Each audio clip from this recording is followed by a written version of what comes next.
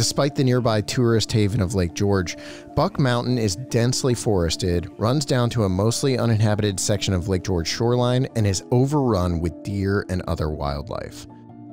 Like most rural spots in this part of the Northeast, it's the ideal place for a person to encounter a Sasquatch, and many claim to have done just that.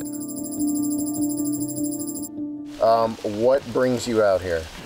Well, what brought me out here originally was a sighting report of a man and his wife that had a fairly aggressive encounter where they walked off trail and something started screaming at them. And the guy had been coming up here for years and never heard anything like that. It was a bit of an outdoorsman.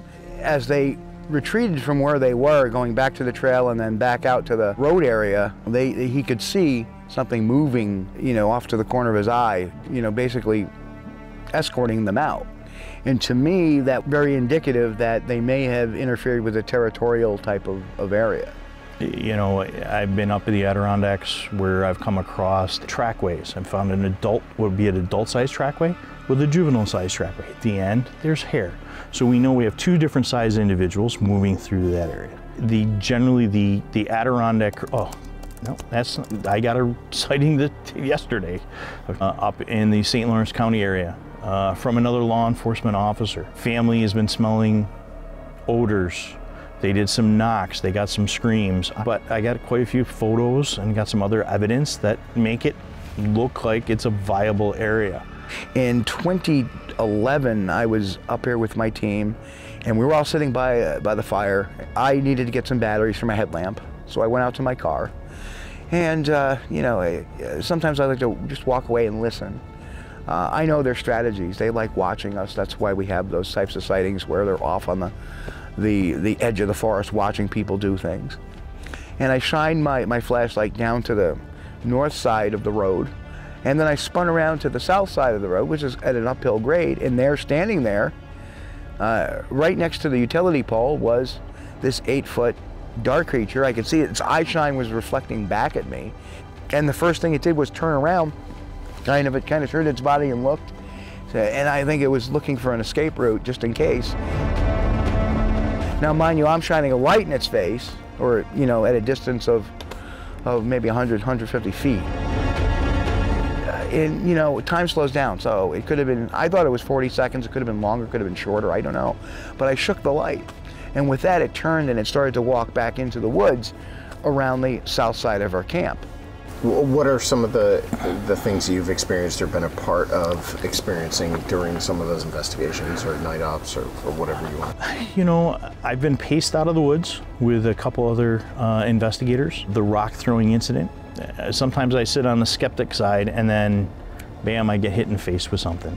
Literally, the rock throwing incident, I was leaning over the top of a car while another investigator was pulling a camera out of his car to get it set up.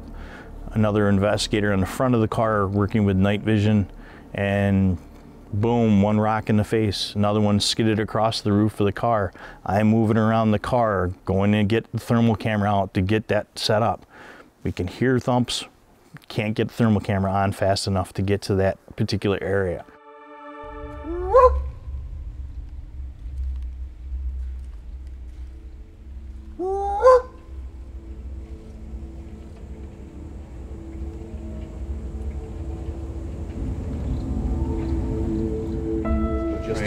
On like a personal level, this is probably the place where I finally considered the possibility the Bigfoot was real.